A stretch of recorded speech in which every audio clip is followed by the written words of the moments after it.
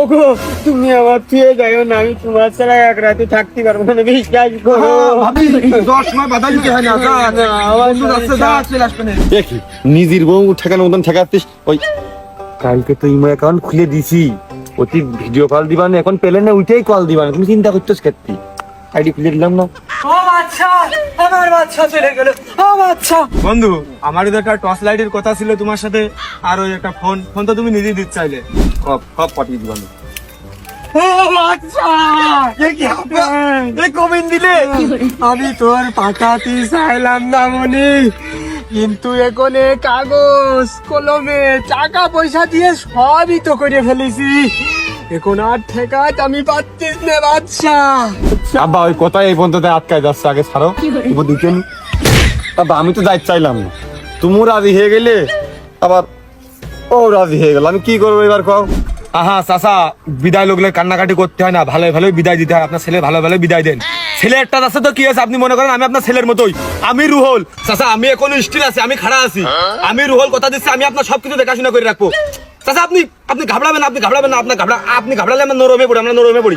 আর বন্ধু বাচ্চা, ওই আমার নাম্বারটা বন্ধু সেভ করে রেখো, ইমো নাম্বার ওই রুহল নাম করে, বন্ধু রুহল সেভ করা। আচ্ছা আপনি ঘাবড়াবেন না, আপনার ঘাবড়ালে আমরা নরমে পড়ি।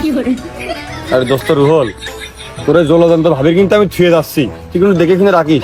কেউ যদি ভুলুক মারে আনাজ কেন আছে, এক ঘুষি মারে মুখে খাপিটাপি ভাঙিয়ে হাসপাতালে নিয়ে চলে যাবি, টাকা দেবো আমি। ওই দা, আমি কোনো কিছু বুঝি না, আমি কি তোর মতো ছাপড়ি নাই, আমি রুহাল এখন স্ট্রং। আবার 10 দিনের জন্য আবার ফিরে আসছি তো, খামা খাই এয়ারপোর্টের এরিয়ায় দুনিয়ার আবাসিক হোটেল মোটেলে থেকে সে কোমর নোমরে পয়সা নিয়ে সুদার লাইন খুঁজে পাইনে, দুনিয়ার টাকা পয়সা শেয়ার করতে পারলাম।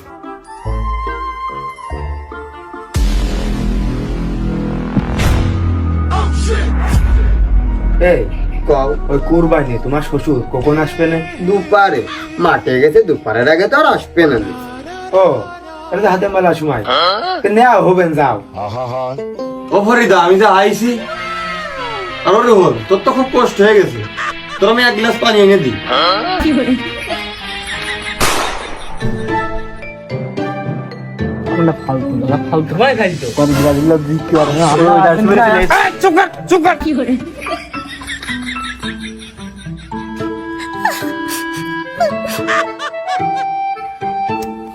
ও বাসা, ও ছাপড়ি কোন ধরে আনিলি?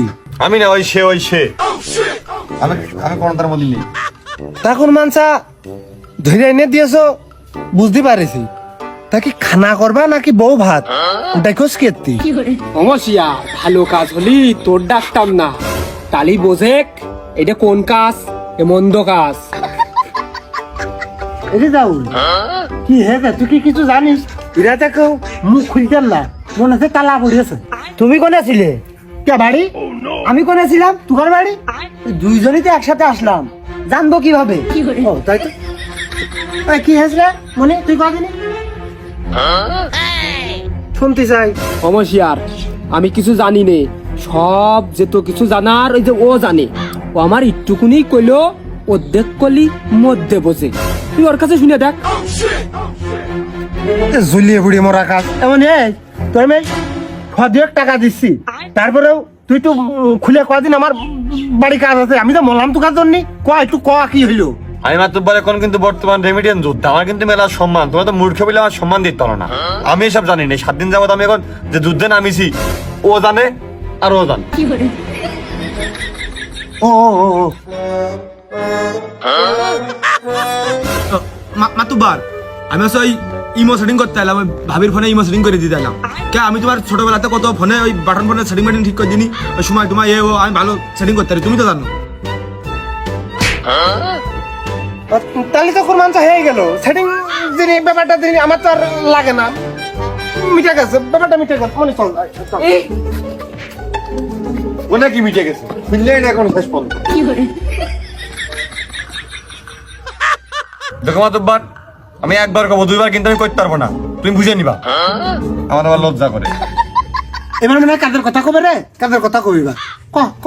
আমি ওই মালয়েশিয়ায় যাবো বাম্বাগাদের কাজে, আজ 10 দিন ধরে প্লেন স্ট্যান্ডে আটকায় রয়েছে, আজ না কাল পরে আবার আরো 10 দিন দেরি হলো, আইসে থেকে আমার স্ট্যান্ডে অন্য হলো। আমি কিন্তু আর কিছু করতে পারবো না, আমার লজ্জা করে। তুই বেলেন স্ট্যান্ডে কে তুই দেখবি ভ্যান স্ট্যান্ডে তোর এই স্ট্যান্ডে কি রাষ্ট্রীয়